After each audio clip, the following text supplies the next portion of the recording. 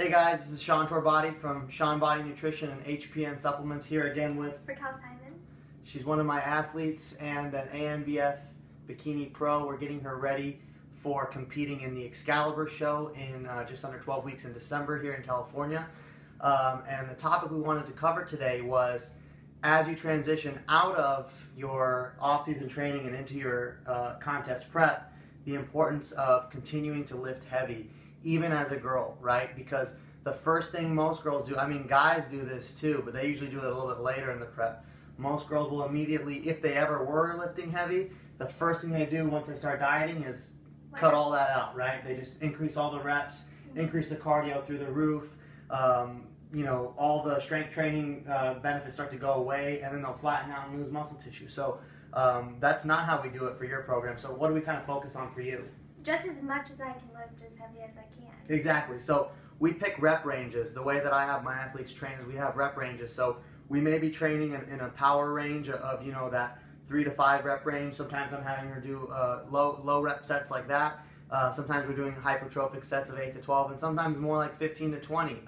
We vary our rep ranges, but regardless of the rep range, we're training at a level that is recruiting a lot of muscle fiber that's requiring a lot of effort. We're not training, you know, for just the burn, you know, something that I see a lot of girls doing.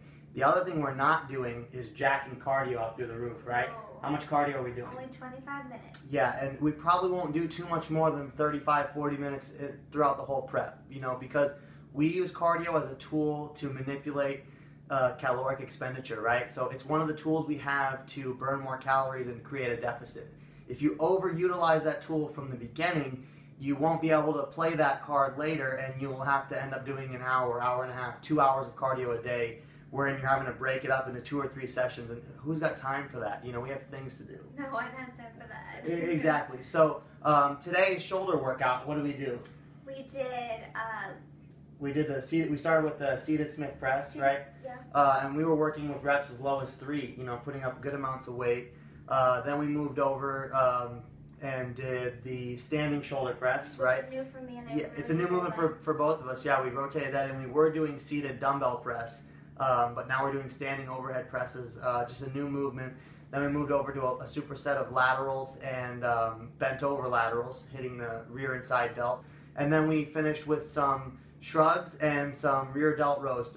You know, another very important muscle group for bikini girls I was talking with Racquel about is the rear delts. You know, when you're in the rear pose, it really highlights the rear delt. So you want to make sure that you don't forget about full, complete development of the delt muscles. So in a nutshell, what we want to emphasize is that as you start your diet, or for anyone who's dieting, you know, if your goal is to lose body fat, you have to continue to stimulate muscle tissue. If you don't, and you're in a deficit, it will be a greater percentage muscle lost as opposed to what it would have been if you lifted heavy. You have to give the muscle a reason to stick around.